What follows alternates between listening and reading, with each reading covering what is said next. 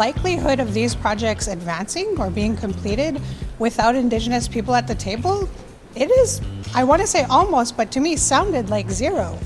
First Nations leaders sit down with the Prime Minister to talk about getting big projects built with mixed results.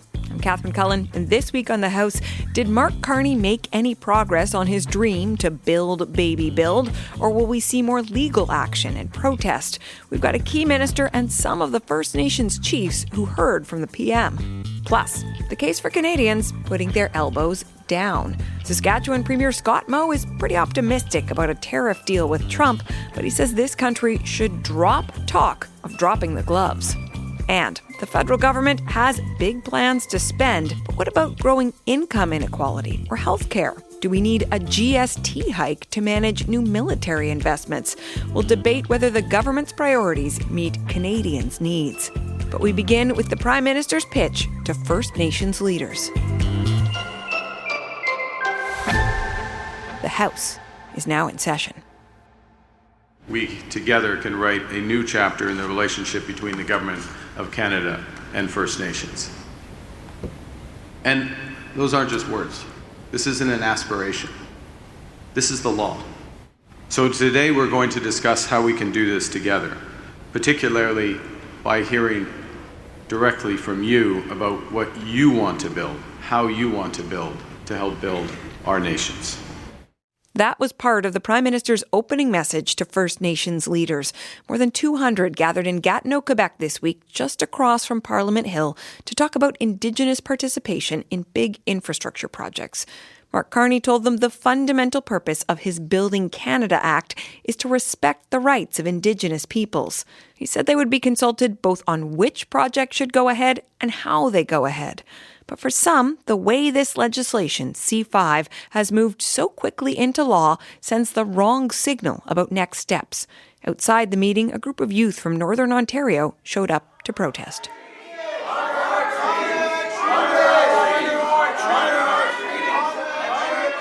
My name is Keisha Paul Martin and I'm from Saskatchewan's First Nation. Bill 5 disrespects our treaty and it threatens biodiversity. You cannot come onto our land without our permission, and put your mining sites on our land, ruining it. These are our culture, our hunting grounds, our going out grounds. We camp here. And we're connected to this. Midday, as that protest was playing out, the Minister of Northern and Arctic Affairs, Rebecca Chartrand, stepped out of the meeting to talk to us. I started by asking her what results she was hoping for out of the summit. I think we want a bit of a roadmap in terms of what does that meaningful consultation look like? Is it, so one of the clear recommendations was a First Ministers meeting with the Prime Minister, with First Nations across the country. But some of the other dialogue that I've heard is it province-based? Are we going to look at engagement in terms of the treaties, so the pre-Confederation treaties, the numbered, the modern and comprehensive, and then the unceded. So people are thinking these things through, and that's where we're looking for some direction. What is it that, First Nations want in terms of meaningful consultation, so defining that. If you hear from some of the people in the room today that they are not interested in having some of these big projects on their territory, that the message is, when it comes to our community, stay away, does that put the project to a stop? If someone says no, is that the end of the conversation? Well, first of all, I don't think I've been hearing that. I don't think I've been hearing any of our chiefs saying they don't want progress. I think what I consistently hear is that First Nations do want progress, but they want to know what that looks like. They don't want consultation, they want partnership. So that's been clear as well. So I think there's a lot of what I'm hearing is cautious optimism, and rightfully so. Even when we heard Ovid Murkerty speak, former National Grand Chief, he had a lot to say in terms of our past, but I also heard him say that, this new government is a hope for the future. And so I think it's really important to recognize that. So I think that reinforces that cautious optimism in terms of moving forward. I would just like to understand, though, you're saying, there's a lot of optimism, people want to be at the table. But there are protesters outside from Attawapaskat, Saskatchewan, who are saying, stay off my territory. So certainly there are voices in the country who are saying we want nothing to do with this. So help me understand how that fits into the picture. Yeah, for sure. Thanks for that question. Because I think what's happening here is there's some misunderstandings that need to be clarified. And it's the differentiating between Bill 5 in Ontario and the One Canadian Economy Bill, which is also Bill 5 at the federal level. So we could see that Bill 5 in Ontario came out first. So, it's rattled people in terms of how it was presented. And so I think that is some of what's playing out here. Can I ask, is Bill 5 actually, Ontario's Bill 5, is it hurting your progress? Is that what you're suggesting?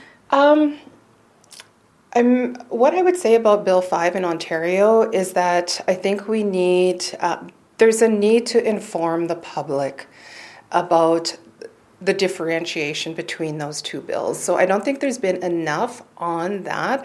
And I think that is part of what today is as well, is to understand what the opportunity is moving forward and how to create a framework to help us move forward. So that roadmap, what does it look like? What does consultation look like?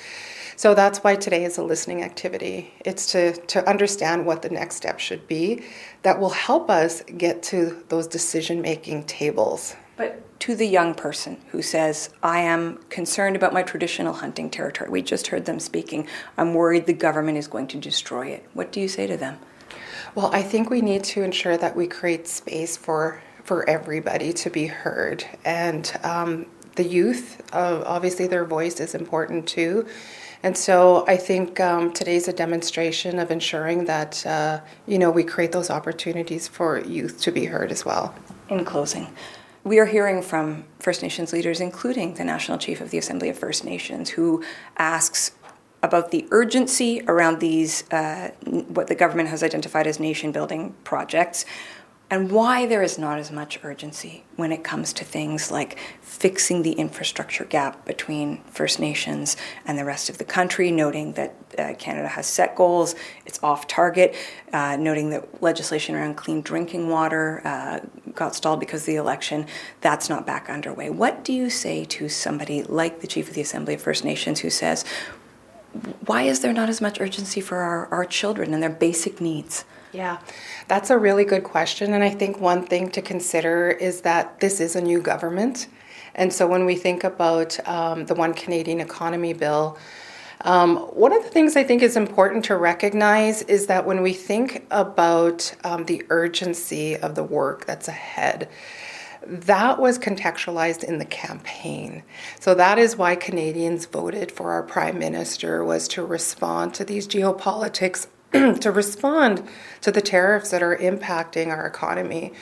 And so that platform was clear. He had a mandate to respond, and that is what the One Canadian Economy Bill is. So when we hear Grand Chief speak about concerns that are being raised, that's what today is about. This day was supposed to be one day. We turned it into 2 days. So originally it was only supposed to be the 17th, but we added the 16th on that. And so that's creating additional space for our First Nations rights holders and our political organizations and leaders to be heard. So I think those requests are being taken seriously, and we're responding. Minister, thank you for your time. Yeah, thank you too. By mid-afternoon, it was clear not everyone inside the meeting shared the minister's optimism. Cody Daibo is Grand Chief of the Mohawk Council of Ganawage in Quebec. No, I'm walking out. I mean, this whole thing has just been a complete disaster. Very disappointed in how this was organized. I mean, at the end of the day, they want to do billion-dollar projects, sidestepping all type of regulations, and they can't even get a 2-day event done properly. Terry Teegee stayed until the end of the day-long meeting with the Prime Minister, but he still has concerns too. He's the elected regional chief of the British Columbia Assembly of First Nations. What was your takeaway from the meeting today?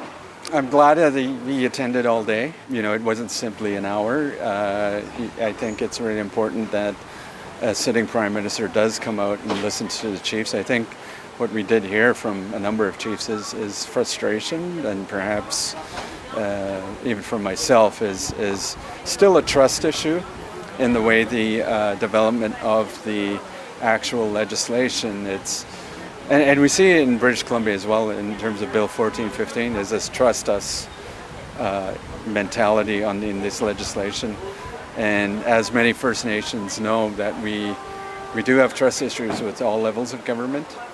And that's why we wanted to be included from the start within the provisions of the United Nations Declaration Act. I'm also the chair of the United Nations Declaration Act Chiefs Committee, and that is one thing that we're asking for, is a whole of government and more resources put towards that, and a good understanding how is the federal government going to fully implement the United Nations Declaration Act and the 100 and plus action plan measures. Do you think, based on what you've heard today, that a significant number of First Nations communities in this country are going to feel comfortable getting on board with some of these projects? No. I think maybe the way to put this is that this is a good start, but he's going to have to come out to the regions. He's going to have to talk to every province, every region, territory. I think it's really important that he starts in British Columbia. But the point being is that there needs to be more discussion happening in terms of how this is going to be implemented. But I think my stance isn't that different from yesterday, that ultimately this legislation does not live up to and is non-compliant to the United Nations Declaration Act. If you were to boil it down right to the heart of it, about what the federal government needs to do that you worry they are not going to, how would you explain that to broad swaths of this country? I mean, what we're talking about here is legislation that is speeding up the process. What we need, what it comes down to, is consent. It's not merely consultation. I think it's free, prior and informed consent out of everything today and in the future. Do First Nations have an ability to make decisions for themselves? Do First Nations have an ability to say yes or no? And I think that's what this all comes down to.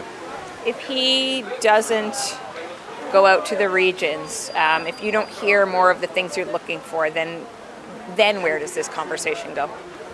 It's what we're seeing in Ontario with 9 First Nations filing litigation. And also, I think, we saw a small demonstration with the youth out here, that perhaps, there'd be more public demonstration in regards to C5, and maybe this is project specific, and, objections to specific projects. Okay. Thank you for your time. You're welcome. The Prime Minister told leaders in the room Thursday that there was one particularly key factor going forward. Here are some of his remarks from a recording shared with CBC News. To get things done together, this is my final comment, we need trust. And I heard and I listened very carefully to all the comments today. And I'm going to put it politely. There was a spectrum of trust, from total distrust to a grudging possibility of trust being established. It doesn't go all the way over here. I get it. We get it. I understand it. That's built on centuries of experience. For many of you, it's built on decades of experience. Takes time to change that. These big national projects will undoubtedly be on the agenda when the Prime Minister and the Premiers meet in person next week, as will a possible deal on tariffs with Donald Trump. To discuss, we reached Saskatchewan Premier Scott Moe. We spoke on Thursday. Premier Moe, welcome back to the House. Thank you so much, Catherine. How concerned are you by the Prime Minister's suggestion that Canada may have to swallow some level of tariffs to get a deal with the United States?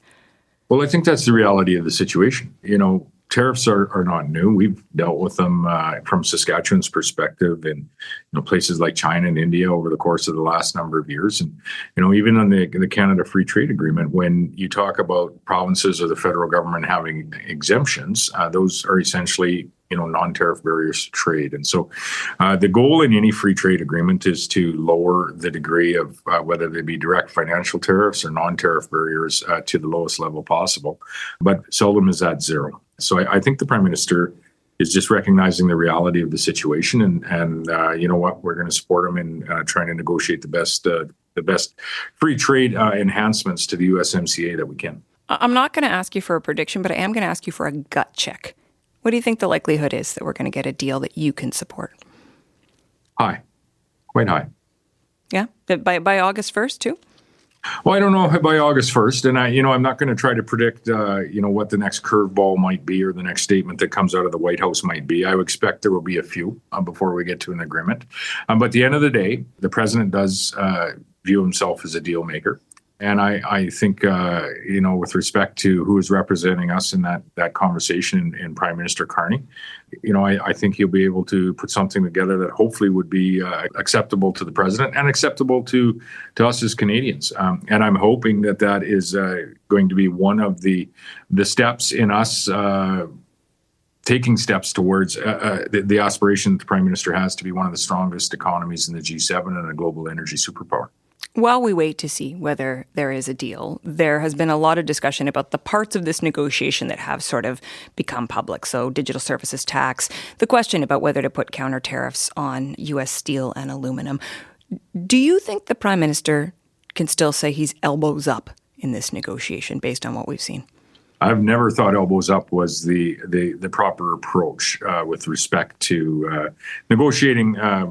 I wouldn't say just not with anyone, but with the United States. First reason, they're our largest trading partner, traditionally our largest ally. And when we find our way through this, what is a challenging conversation, they're still going to be our largest trading partner and probably still going to be our largest ally as we increase our military investment to keep our continent safe alongside the U.S. And, the counter tariffs, if our argument to the U.S. administration is that, Donald Trump's tariffs are hurting American families, the same argument holds true in the case of Canadian counter tariffs, as they hurt Canadian families and Canadian business. And so I've never been a fan of counter tariffs. I've always been a more focused on, what can we do to get people to the table, keep them at the table, and hammer out that agreement. Does that change once there's a deal? I mean, part of this discussion has also been if there are tariffs in place, maybe Canada has to, even once there's an agreement, say, well, okay, if you're going to keep these tariffs on us, then we might have these tariffs on you at the same time. There may be a long-term some long-term decisions that might be made. And as we said earlier, the reality of the situation is there may be some tariffs that are in place, even a post-agreement, as there often is. I would hope they're small, or non-impactful to Canadian industries, or at least not impactful that they'd require some degree of retaliation. That would be the hope, but you'd have to look at the agreement, obviously, when we get to the end of it. We mustn't forget either, even in today's environment where we're, talking about 35% tariffs being added on August the 1st. That's the non-USMCA goods. We're 95% compliant under the USMCA. So it's important to recognize we do have a trade agreement today. And what we want to do is build on it and expand it. And that is hopefully going to happen by August the 1st, but maybe not necessarily. And there will likely be a little grinding and groaning before we finally do get there. Speaking of grinding and groaning, as all of this has been playing out, China continues to put tariffs on Canadian canola. This week, the federal government, in the context of all of this, took a step to put tariffs on steel imports from other countries, and that's notably going to affect China. I wonder if you're concerned that the moves on steel might make things worse for canola farmers. Yeah, we're very concerned with respect to what a response might be on, in particular, canola seed, in Canadian canola seed heading for China. We understand the reasoning behind the import restrictions on steel, given, again, the U.S. trade policy that has come forward. And the steel tariffs are a little different than that 35% tariff I mentioned earlier. But yeah, very concerned that there's going to be potentially a swift reaction by not just China, but other countries as well. And all too often, and we're no stranger to this, unfortunately, when those counter tariffs come, they often come in the way of a counter tariff on agricultural products. And that is often Saskatchewan that feels the brunt of that impact. That's what happened 5 years ago in China. That's what happened in India a few years before that. And so we've worked through this on numerous occasions, and unfortunately, we may have to work through it again. I hope not. But I'll be talking to the Prime Minister about that. I do understand the reasoning behind the moves that he has made, but there's going to have to be a conversation on if there is a counter tariff or a counter response from China. How are we going to support our producers in this province and across Canada? And there are opportunities for us to crack open some other markets as well, and we're always looking to do that. A part of this conversation has also, of course, been about interprovincial trade. You've invited all the provinces to join the new West Partnership Trade Agreement. What do you think the appetite is amongst folks in the eastern provinces to sign up? Well, I would hope it's good. It's the foremost trade agreement in Canada. It started in 2010 by the three western provinces. Manitoba signed on in 2017. And it's not an easy agreement to sign on to because it does open up trade and labor mobility, and it does open up procurement opportunities. And so it isn't an easy agreement to sign on to, but it's largely and highly beneficial once you do and you find your way into the agreement. That's been proven in Western Canada. And I think if we truly are not going to just pay lip service on an item by item basis, but we truly are going to, open up and have non-tariff trade between provinces across Canada to strengthen our Canadian economy, this is the way to do it. This would be a tremendous step forward in liberalizing trade in Canada. Before I let you go, I want to talk as well about another big issue playing out this week, which is this conversation about C5, about these projects that the federal government says are in the national interest. We are seeing pushback, certainly from some First Nations leaders in the national capital who feel that this plan does not respect their treaty rights, the right to consultation. I wonder how concerned you are that some projects are not going to move forward because of the pushback we are hearing about this week. Those are fair questions. And I would say that my view, first of all, Bill C5 is a piece of legislation to essentially circumvent a number of other pieces that are causing for an unworkable regulatory environment right now for various projects to get to the finish line and get to construction. But in no way does it circumvent a duty to consult. And in no way should it ever circumvent the ambition that investors, companies, mining companies in Saskatchewan's case, or energy companies, the efforts that they make to be inclusive, in particular in the areas where they're doing business.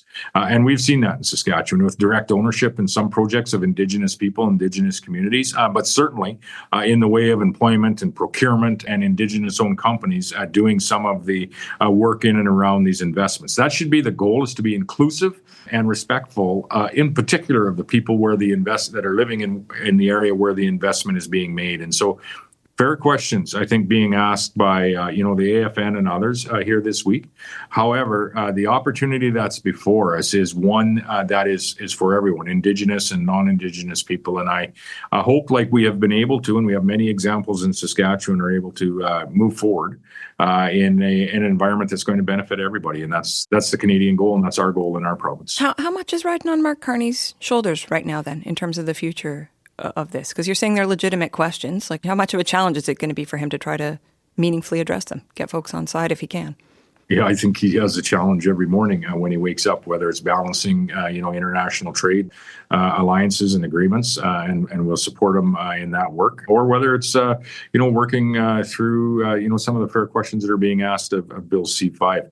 I would say that we should be looking towards examples of years gone by, and we have many in Saskatchewan, of where Indigenous communities and people have been involved in direct ownership or been involved very much in the operations and careers and opportunities for people that are living in their community, and actually multiply that by many times as we move forward.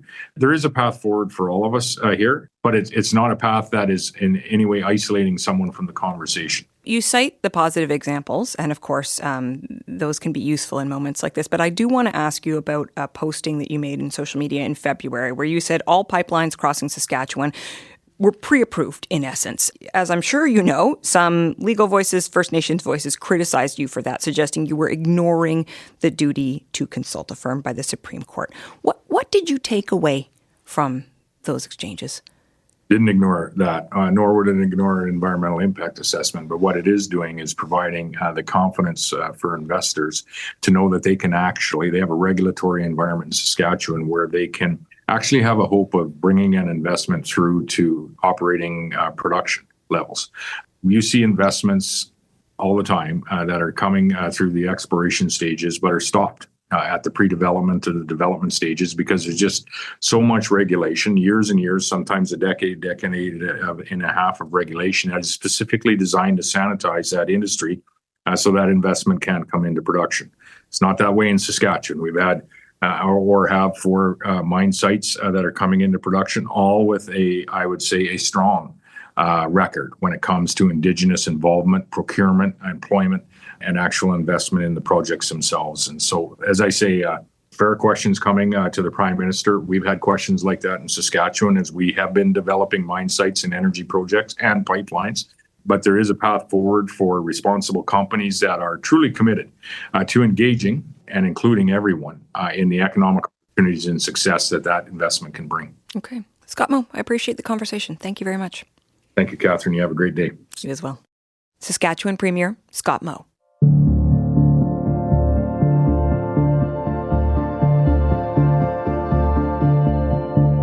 Lots more coming up on the House podcast, including 2 top Ottawa journalists on what Pierre Poilievre has changed and what he might not be willing to give up.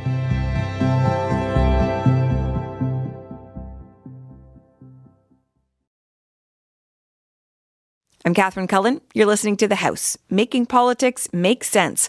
Make sure you follow us so you never miss an episode, and tell us what you think of the show. You can email us at thehouse@cbc.ca.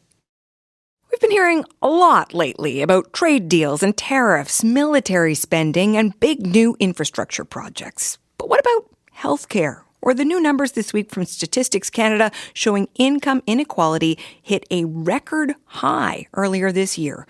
We wanted to talk about whether the government's spending priorities are the right ones. Do Mark Carney's choices match the economic needs of most Canadians? To get a couple of different perspectives on that question, we've reached Armine Yalnizyan. She's an economist and an Atkinson Fellow on the Future of Workers. And Don Drummond is a Fellow in Residence at the C.D. Howe Institute and a former Chief Economist for TD Bank. Don, Armine, thanks for joining me on The House. It's a pleasure. You're welcome.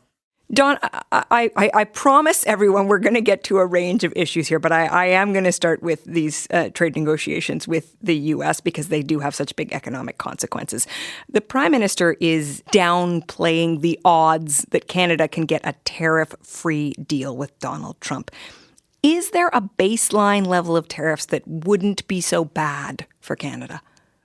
I don't think that there is. The baseline that Trump seems to have in mind, and that seems a strange statement because there doesn't seem to be any consistency in anything he said, but the de minimis in that first round that got delayed and what we saw in the United Kingdom agreement was 10% pretty much across the board. So that might be the de minimis, but that's as much or even more than the profit margin on many things we would export. So that's a devastating high level.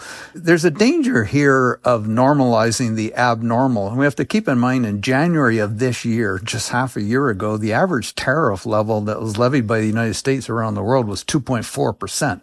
So even if countries, including Canada, end up at 10%, that's a quadrupling of the tariff level in a very short period of time.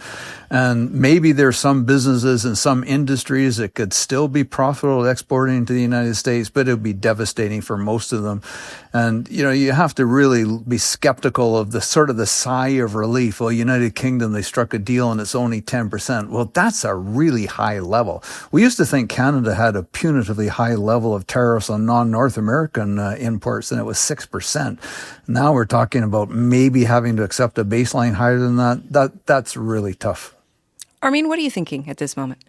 Well, I'm remembering all of us getting all excited and saying elbows up and never 51st and what. It wasn't just the tariffs we were fighting against, but that we weren't American. And the top of mind thing that we were celebrating when we said that we were not American was the universality of healthcare. Now, healthcare is almost as imperiled as our trade system right now. Over 6 million Canadians don't have a doctor.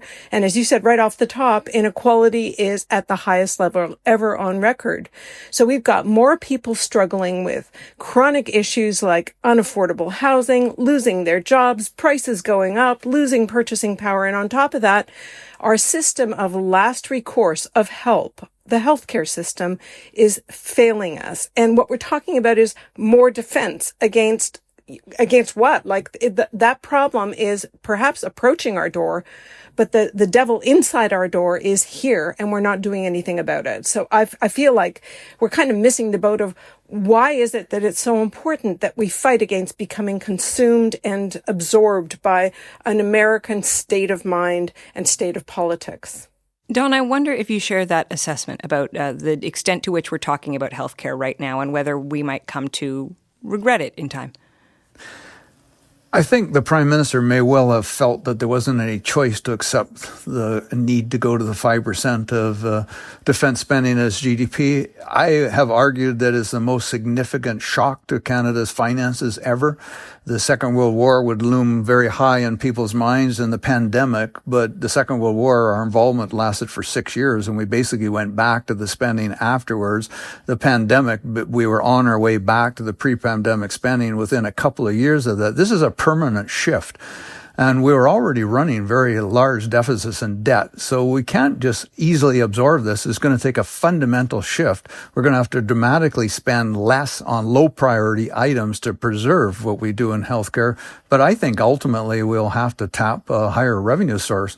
We already have very high personal and corporate income tax rates. I think the only recourse we have is the higher GST rate or the comparable rates on the provinces. Very interesting. The poll that Nanos just did would not surprisingly show people would prefer to borrow to pay higher taxes, but we're already transferring an enormous burden onto the young people who are having difficulty getting jobs. They can't afford to buy a house. They're difficulty getting healthcare providers. We have to be very careful how much we load to them. And I think it's very unfortunate that we're not having a national dialogue on that. We're not getting the federal government laying out the fiscal books. There's been no sense whatsoever of how the higher defense spending and other spending, $5 billion on our personal income tax, GST relief for first-time home buyers. There's actually $28 billion of promises in the Liberal election platform for this year only that have not been acted upon. So, Armin, we referenced off the top, too, these new numbers from Statistics Canada that show income inequality is as high as it's been based on the numbers for the beginning of this year. What would it mean if we did what Dawn is suggesting and added a GST hike onto that? Well, two comments. First of all, higher GST on top of absolutely predictably higher prices is the type of response to the global financial crisis where you protect businesses. And you basically, privatize profits and socialize risks. That was the source of the Tea Party. So that could be another crisis of our own making if we respond to a problem, in that regard. Now, Don has been talking, as long as I've known him, about we have too much debt per GDP. But according to the IMF, we have the lowest debt to GDP as a nation, not just at the federal level. Nationally, we have the lowest debt to GDP ratio of any country in the G7, and that will remain according to their forecast for the next 3 years. We also have inflation, according to IMF forecasts, hovering around the 2% mark, which is the Goldilocks rate, not too hot, not too cold. And we are the 10th largest, maybe the 9th largest economy on the surface of the planet. We can do and be anything we want. If we can't do it here, nobody can do it anywhere. So we have the ability to spend more. And if that requires borrowing more because you are asking people to pay higher prices because of the tariffs and then higher prices because of the GST, I think you're going to be walking straight into a political buzzsaw. What about, though, Armin, you're talking about sort of the politics of it. Is there any case for using that just to deal with the spending itself? Well, we're not spending that much more. When you take a look at what this federal government has promised under Carney, he is promising to balance the books in 3 years. So, what are we freaking out about?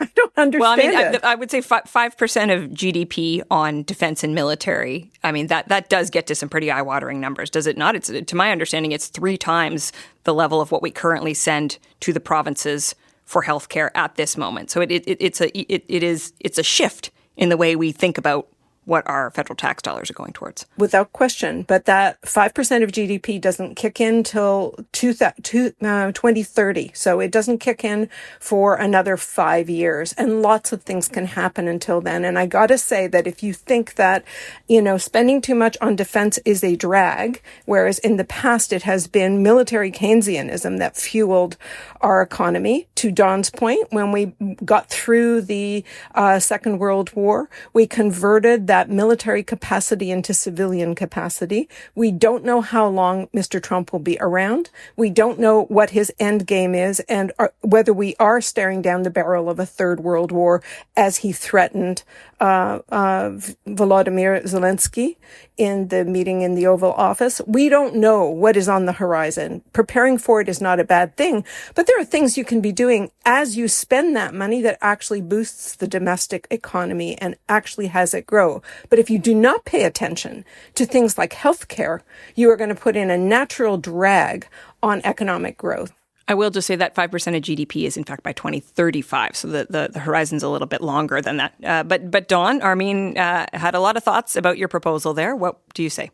Well, let's start back with the reference to Prime Minister Carney saying they're going to balance the budget in 3 years. He said they would balance their definition of the operating balance. And that's not even the overall balance excluding capital expenditures, which is the traditional measure. That is their new concocted definition of the operating balance, which takes out anything that in their mind stimulates growth. So it's a phony measure, and it was made off the basis of the March 2025 Parliamentary Budget Office economic outlook that had no impact from the tariffs. And it was made before Carney announced that we're going to go to 2% this year of defense spending. And then before that got changed to 5%. And by the way, while the spending going to the 5% may well turn out to be backloaded, the agreement that Canada and the other NATO countries signed on to is they will show a plan by mid-2026 and it'll move up in a steady linear fashion to the 5%. So it's not like you can show it. You may actually do it ex post, but you do have to show a plan by mid part of next year, which shows a linear movement up to the 5%. So this is not something we can duck. And at least on paper in the planning process, just go on a wing and a prayer that this might get forgotten if and when Trump leaves the scene. So it's a real fiscal shock, and we've got to work our way through on how we're going to do it. And I think it'll revolve in a number of different components. Raising a tax wouldn't be my first one, but I think ultimately we have to do that because we can't just keep passing the buck on to future generations. We promised a couple of different perspectives. I think we definitely got that. There is so much to think about at this moment right now, and I appreciate hearing from both of you. Thank you very much for your time. Okay. Thank you. Dawn Drummond and Armin Yalnizyan.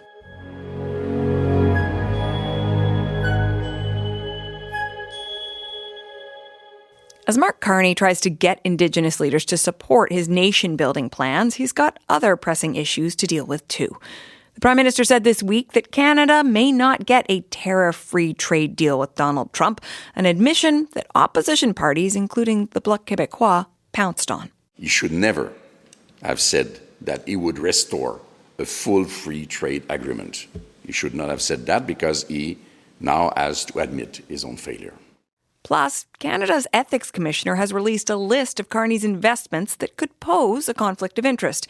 It's a sprawling disclosure that includes over 100 companies, and it's another line of attack for the Prime Minister's opponents.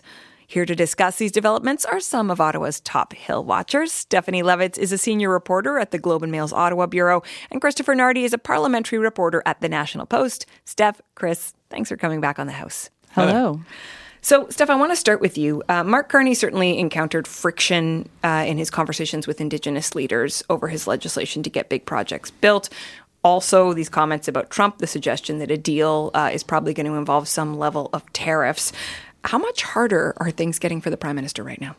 It's interesting. One of the things that I kept thinking about with this First Nations meeting was that when has Mr. Carney, sort of in the last couple of decades of his public life, been in a room like the one he was in, where everyone there is serving a challenge function? Everyone there is pushing him on something that they feel very, very strongly about. And frankly, they have no time and have run out of patience for any soft pedaling, right? They want action. They want the Prime Minister to follow through on a lot of commitments. That's a room that Mr. Carney's not used to being in. He likes control. You cannot control this situation with First Nations leadership. They have the power here. And I think I think he must know that. They certainly know it to a degree. And it poses a problem for him insofar as the obvious. Without Indigenous buy-in and full participation, many national projects in this country will not get built. But we can also remember that Mr. Carney has said many times that the projects he's hoping to build aren't ones that don't exist yet. They are ones that are already out there, that they have some degree of community consultation already underway. And so the question is, will he seek out of the outcome of this meeting to really prioritize those? Because the signal here seemed to be that whatever he's got set up under the legislation doesn't fly if you're going to be starting from scratch. Chris, Mark Carney talked a lot in the election campaign about, he's good in a crisis. He's someone who wants to get results. And I think this week we really saw some of the obstacles to him getting the results he wants. I wonder if you think this is par for the course for Mark Carney, or is this a sign that maybe some of this is going to be harder than he thought? Mark Carney sometimes speaks in an interesting way, I find, where he promises the outcome that he wants to get to, but kind of forgets or omits the steps along the way. And one of the examples that kind of comes to mind was during the election, he kept saying, right, I've left all my positions, I've left all my boards, I've left everything, which is something I believe he intended to do. But when he said he did, he hadn't done it yet. It wasn't done, yeah. And a lot of, I think, how he speaks is projecting the outcome, manifesting, some youth would say, but he's basically manifesting his vision, but it skips steps. And that's the part where he continuously gets nailed, is saying, we're going to do this, but then along the process, people are like, wait, you didn't ask us about this, or you didn't talk to us about this. And I think that people's patience for that will wear thin, is starting to wear thin. We see Indigenous communities being like, hey, like basically, now you're whining and dining us after already have run through all this huge legislation. And now you're coming back and being like, oh, wait, like we kind of had a first date, but let me actually sit you down and have the wine and dine and let's talk about it. And like, well, our problem was the legislation, and also fundamentally with C5, passing the bill was the easy part. I kind of view these national interest projects as an individual Rorschach test for everyone. Everyone has in their imagination what a national interest project is. But when those projects start coming forward, when the list starts coming out, which yesterday the minister, Mandy Galmasti, Indigenous minister, said, it's going to take a while. But when those projects start coming, that's when the pedal really hits the metal. That's when people start understanding that their vision of a natural interest project might not be the ones that are being proposed. That's when the real opposition comes up. And that's where his projecting of like, these are going to happen starts really potentially hitting some obstacles where he's going to have to explain, maybe they won't happen as quickly as possible. Who knows? But his projection sometimes, I think, is going to be his biggest issue in his comms. I want to switch gears a little bit to a different issue, which is the Prime Minister's ethics screen. It's a large one, more than 100 companies. How big a challenge does that pose to the Prime Minister's staff? The other day he was in Hamilton making an announcement for steel producers, and the fellow from the business he was at was talking about all of the projects built with Canadian steel, and he referenced Brookfield. And I thought, it's a bit of a cringe moment there, right? Because that's the Prime Minister's major past interest and his holdings. Chair of Brookfield Asset Management. As the chair of Brookfield Asset Management. And the screen covers a lot of entities related to Brookfield. And I thought, there you have it. It's right there. Brookfield plays such a major role in so many things in this country that are very aligned with the things that the Prime Minister himself wants to achieve for the country. That makes sense to a degree. Well, what are we going to do? What is he to do? And we know that, the ethics laws as they are written say that Mr. Carney can still participate in sort of generalized conversations or in decision making where the outcome could maybe benefit Brookfield, say, as part of a bigger economic batch of things. But I don't know that that's going to pass the sniff test for a lot of Canadians going forward. And that's going to be, how much disclosure is he really prepared to make? I find it interesting that thus far, as far as I know, there have been no documented evidence of him recusing himself from any decisions. That's interesting. How hard is this screen being managed? Can we trust his chief of staff and his principal secretary and the folks trusted in the clerk of the Privy Council? Can we trust that they're making these decisions? It is possible that there will need to be a level of transparency applied to Mr. Carney's screens that we have not previously seen. Chris, Pierre Poilievre was out on this week. How effective a political issue has this been for the Conservative leader? Well, I'll go back to the Trudeau area, where Trudeau was the first prime minister to violate ethics laws a number of times, and he stuck around well past each of those violations. Now, it's not to say that they aren't important. I write abundantly about these ethics issues, and I believe that they're truly very important, but they didn't stick with Trudeau, and I wonder if they'll stick with Carney. And I only say that because they do kind of stick, like with Chrétien. And Chrétien basically got downed eventually because of all these ethics lapses in the Gomery Commission in a way that they didn't stick with Trudeau. So it's up to Mark Carney to kind of handle them the most efficiently possible. But going back to Steph's point, because of how broad this conflict of interest screen is, but more importantly, how broad the interests of both Stripe and Brookfield, which are the two companies that he kind of is screened out of, are, it'll be very easy for the Conservatives to point out almost any bill that involves energy or housing and say, oh, well, there's a Brookfield interest here, Brookfield interest here. And I think the challenge for the Conservatives, in particular Pierre Poilievre, is to be judicious about their attacks, because he is often willing to attack at any point on any small point of contention. And that's where, voters gloss over, right? Their eyes are like, oh, another one of those. Is it actually a conflict?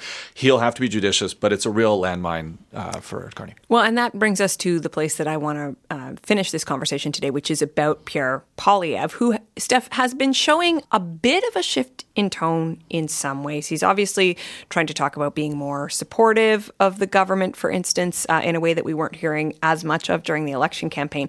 At the same time, you reported this week, his key advisor, Jenny Byrne, continues to play a role. She stepped back a bit, but she is still employed by the Conservative Party of Canada. What's your read about what's going on with Pierre Poilievre right now? Yeah, it's interesting. And I'll pick up on something that Chris just said when he talks about, Poilievre wanting to hit at every ball that comes his way. So he was asked quite recently on his views about Western separation, for example. And previously, when he would be asked questions that related to national unity, he would come out hard and blame the Trudeau Liberal government for every fissure in our society. He did not do that. When he was asked about Western separation this week, he talked a bit about the Liberals and some of their role, but then he pivoted more strongly to something he's been trying to do for a long time, which is this idea that he needs to give people hope, right? That he needs to give them an answer, a solution. But the tone of it was much more subdued. It was calm. It was presenting concrete ideas to, bring the country together in a different way. I mean, it's very clear that was a message that was heard loud and clear by him, by his team.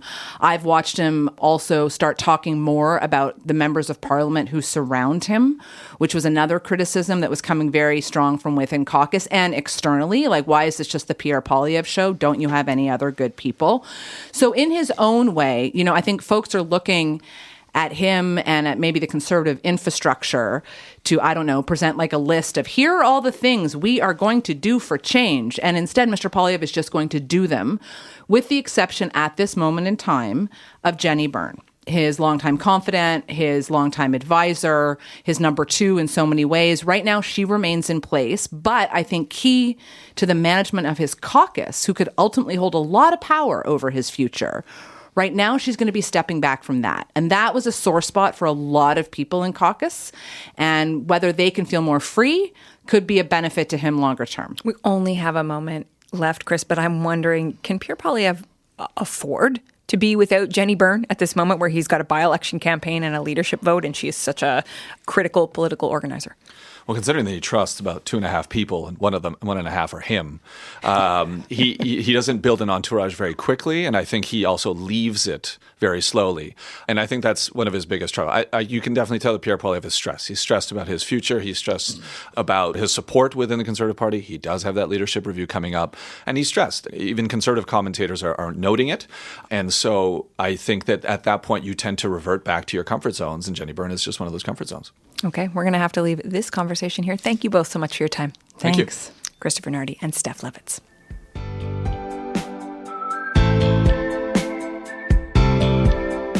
Okay, that's it for us this week. Our crew on the house is Emma Godmere, Benjamin Lopez-Steven, and our senior producer this week is Kristen Everson. I am Catherine Cullen. Thank you so much for listening.